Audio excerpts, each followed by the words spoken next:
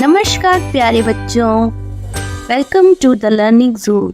I hope you all are doing good. बच्चों ये chapter 2 का पार्ट 3 वीडियो है। इसके पहले चैप्टर का भाग 1 व भाग 2 चैनल पर ऑलरेडी अपलोडेड है। अगर आपने उन्हें अभी तक नहीं देखा है तो जल्दी से पहले उन्हें देख ले। इसके बाद है बच्चों भाषा की बात। तो भाषा की बात में हमें क्या करना है, देखिए। फिर मैं निकल गई शाखों पर, हरी भरी थी जो सुकुमार। अब ये एक शब्द आया था कविता में, सुकुमार। तो इस पंक्ति में जो सुकुमार शब्द आया है, ये दो शब्दों से मिलकर बना है बच्चों, जैसे सु जमा कुमार।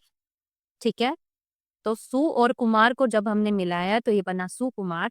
अब सु का क्या अर्थ होता है और कुमार का क्या अर्थ होता है, ये आपको जानना है, क्योंकि ये दोनों से मिलकर बना है। ठीक है, तो देखिए बच्चों, यहाँ पर ये सब में सु शब्द आगे लगा दिया गया है। ठीक है, इसे हम हिंदी में क्या कहते हैं, उपसर्ग कहते हैं। ठीक है, हिंदी में इसे हम उपसर्ग कहते हैं, यानी एक ऐसा शब्दांश जो किसी भी शब्द के आगे लगकर उसके अर्थ को बदल देता है। ठीक है, और हिंदी में बच्चों सु का अर्थ होता है अच्छा।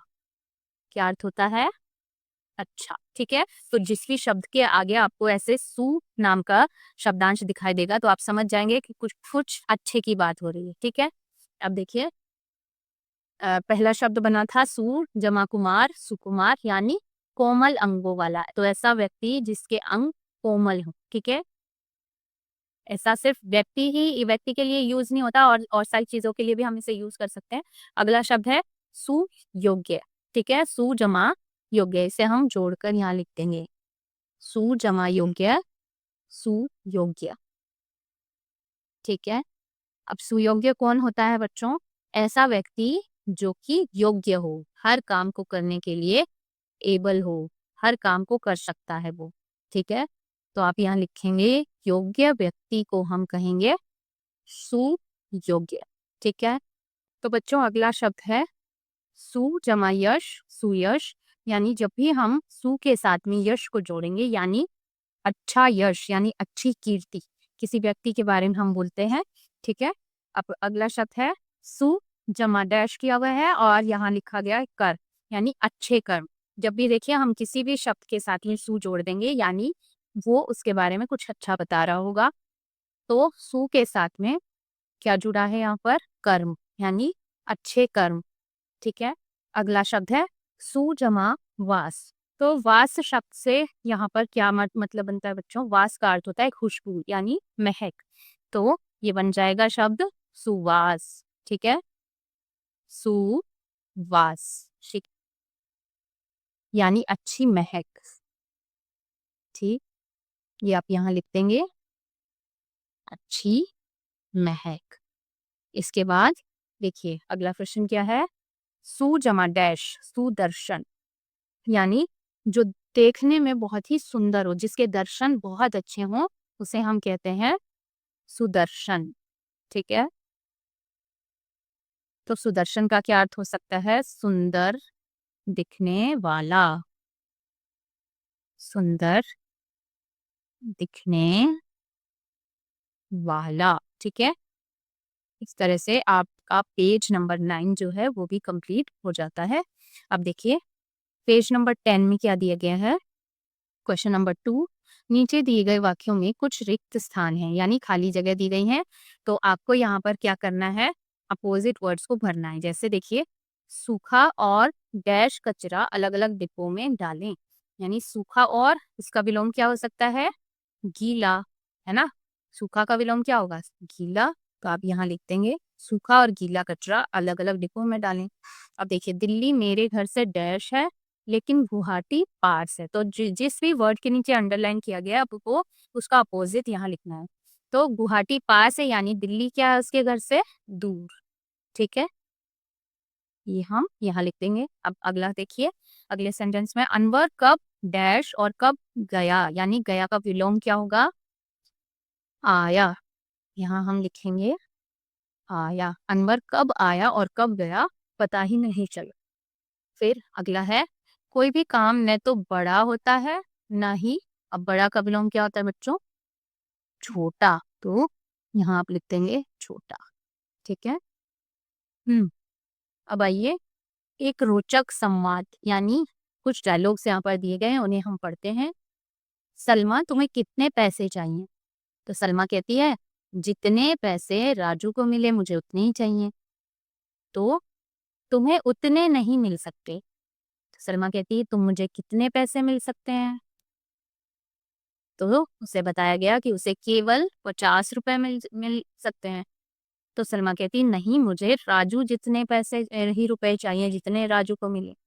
तो वो कहती है, इतने पैसे तो ऐसे नहीं मिल सकते। तो सलमा कहती है कि तो फिर कैसे मिल सकते हैं? अब देखिए, तो बार बार इन वाक्यों में आपने क्या देखा? इतना, उतना, जितना, कितना। तो इतना सा, उतना सा, जितना सा और कितना सा, इनको आपको वाक्यों में प्रयोग करना है और उनके अर्थ भी समझाने हैं। फिर राजू जितने रुपए आपको मिल जाएंगे। ठीक है बच्चों? अब बच्चों यहाँ पर कुछ शब्द दिए गए हैं जिनसे आपको वाक्य बनाने हैं और यहाँ पर लिखने हैं। तो देखिए, पहला शब्द क्या है? इतना सा। तो हम क्या वाक्य बना सकते हैं कि तुमसे इतना सा काम नहीं हो रहा है। क्या वाक्य हम बना सकते हैं?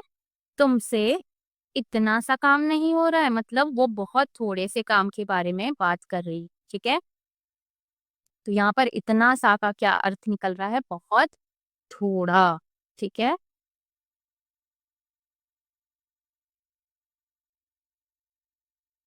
ये आप यहाँ पर लिख देंगे।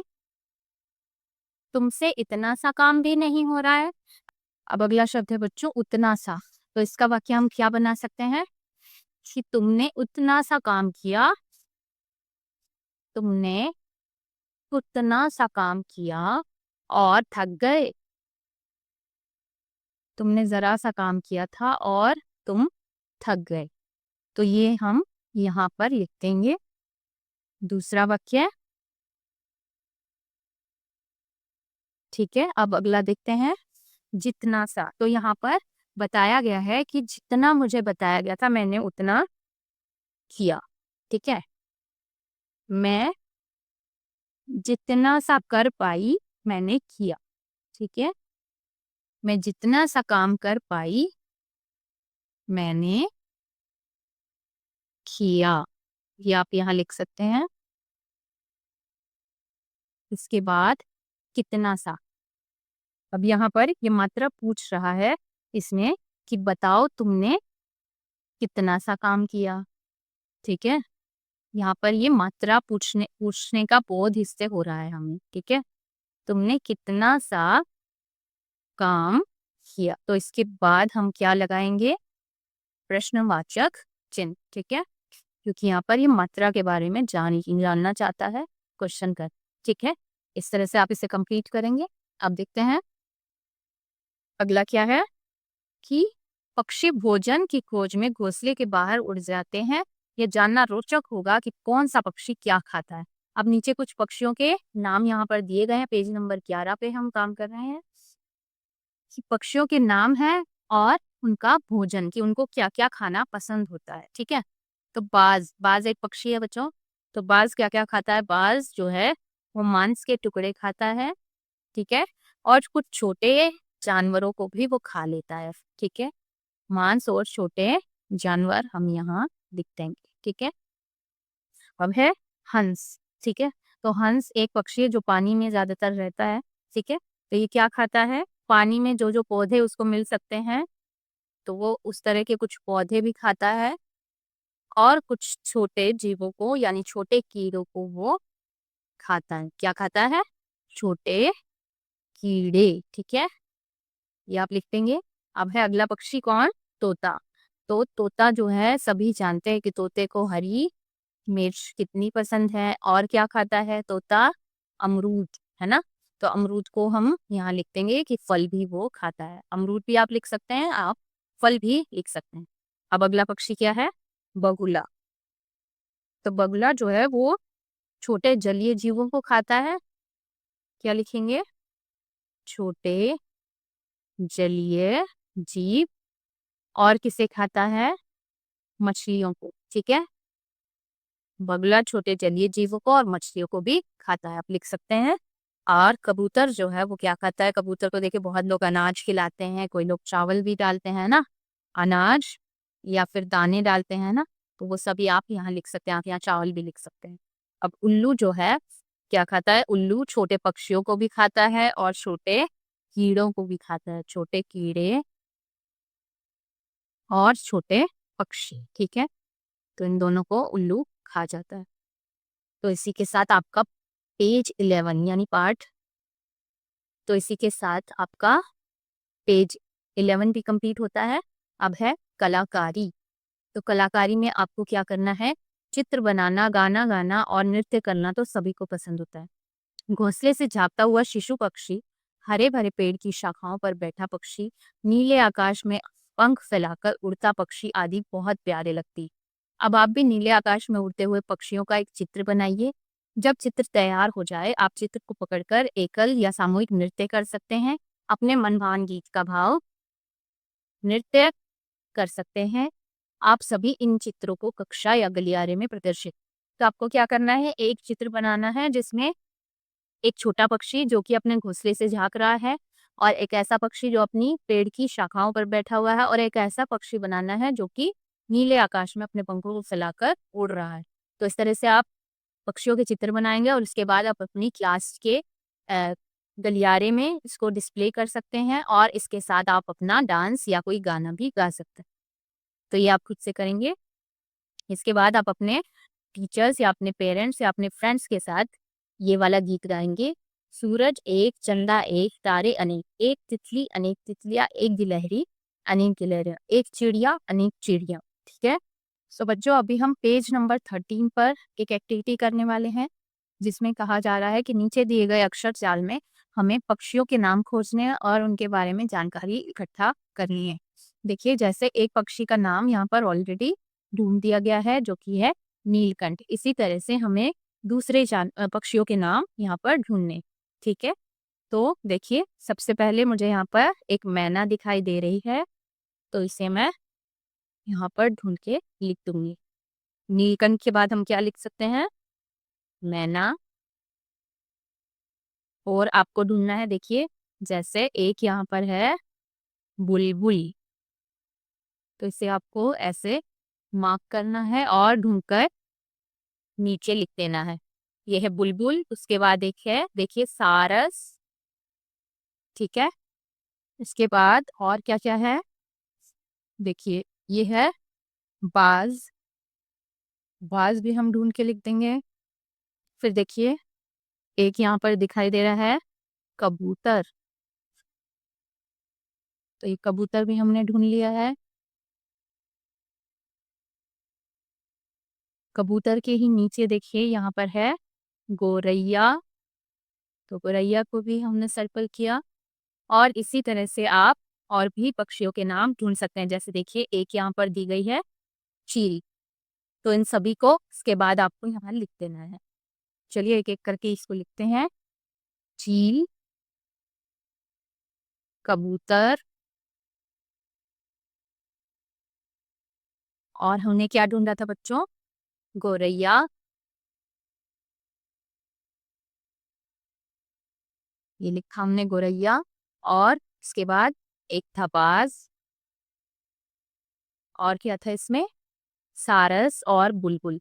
तो ये भी आप इसी तरह से नीचे लिख देंगे। इसके बाद देखते हैं अगला क्वेश्चन क्या है। जब शिशु पक्षी चहचहाते हैं तो एक मधुर ध्वनि, यानी जब छोटे बर्ड्स चहचहाते हैं तो एक सॉफ्ट सा साउंड हमें सुनाई देता है, मधुर साउंड। तो आइए हम भी शिशु पक्षियों की तरह चहचहाएं। तो छोटे पक्षियों की तरह हमें भी ची ची की आवाज निकालनी है। इसके लिए आपको क्या करना है? क्लास में एक्टिविटी आपको करनी है कि अपनी एक हथेली को होठों पर रखेंगे और सारे बच्चे एक साथ मिलकर चींची की आवाज निकालेंगे। तो आपको लगेगा कि आप भी पेड़ की शाखाओं से शिशु पक्षी बनकर ये आवाज निकाल रहे हैं। बस पक्षियों की चहचहाटा आपको सुननी है और उसका आनंद लेना है। ठीक है, ये आप कर लेंगे। तो चलिए बच्चों, अब देखते हैं तीसरा प्रश्न, जिसमें हमें नीचे पशु पक्षियों से संबंधित कुछ पहेलियां दी गई हैं। इन पहेलियों का हमें उनके चित्रों के साथ मिलान करना है। तो पहला देखते हैं क्या है। पंखों में नाखून हूँ रखता, रात अंधेरे में ही उड़ता, दिन में ना मैं भोजन पाऊं, उल्टा होके मैं सो जाऊं। तो ये एक ऐसा बर्ड है बच्चों जिसके नाखून उसके पंखों में होते हैं और ये रात के अंधेरे में ही उड़ता है। दिन में ये खाना भी नहीं खाता है और ये उल्टा लटक कर पेड़ से सोता है। तो देखिए यहाँ पर हम बात कर रहे हैं किसकी, चमगादड़ की। यहाँ पर आपको पिक्चर दिखाई दे रही होगी, यानी जिसे हम बैट भी बुलाते हैं इंग्लिश में, तो ये है चमगादड़। ये उल्टा लटक के पेड़ों से सोता है, ठीक है। फिर अगला देखते हैं, अगली पहेली क्या है। पत्तों जैसा उसका रंग, कुतर कुतर खाने का ढंग, घरों में भी पाला जाता, नाम बताओ उसका ज्ञाता। तो देखिए पत्तों जैसा रंग यानी इसका रंग हरा होगा, ये हमें पता चल चुका है बिल्कुल। यहाँ पर किसका रंग है हरा, तोते का, तो इसे हम तोते से मैच कर देंगे। फिर देखिए थर्ड नंबर पे क्या है। नीड़ नहीं कभी वह कभी बनाती, बाल बागों की रानी कहलाती, काला रंग है उसका भैया, सबके दिल को खूब लुभाती। यहाँ पर नीड़ शब्द का क्या अर्थ होता है बच्चों, घोंसला। तो नीड़ मतलब वो कभी भी घोंसला, अपना खुद का घोंसला नहीं बनाती है, वो बागों की रानी कहलाती है, ठीक है। तो ये किसकी बात हो रही है, मैना की। इसे हम यहाँ मैना से मिला देंगे। देखिए तो यहाँ पर हमने मैना से मिलाया, आपको ये अपनी बुक में मैच करना है।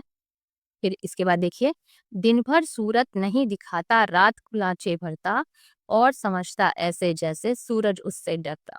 देखिए तो ये कौन सा बर्ड है जो कि दिन भर आपको देखने को नहीं मिलेगा, ये सिर्फ आपको रात को ही देखने को मिलेगा। ये है बच्चों उल्लू, ठीक है।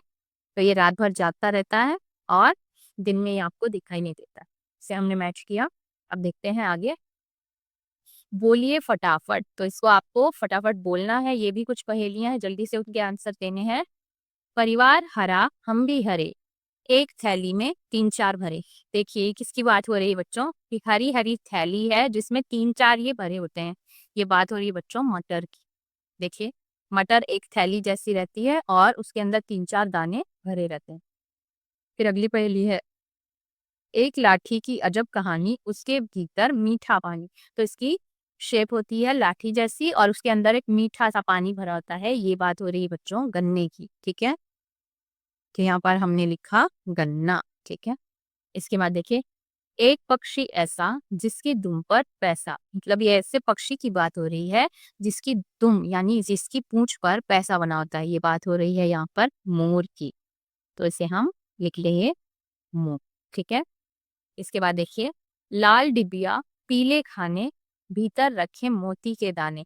मतलब लाल लाल रंग की एक डिबिया है और उसमें पीले पीले कुछ खाने बने हैं, यानी बॉक्सेस बने हैं और उसके अंदर मोती के दाने जैसे। तो यहाँ पर अनार के बारे में बात हो रही है, तो हम यहाँ लिख देंगे अनार, ठीक है। अब है, जाती हूँ मैं हर जगह पर हिलती नहीं किसी भी तरह। तो यहाँ पर बच्चों सड़क के बारे में बात की जा रही है कि ये हमें हर जगह पहुंचा देती है पर ये अपनी जगह से कहीं भी हिलती नहीं। इस तरह से हमने पेज 15 कंप्लीट किया।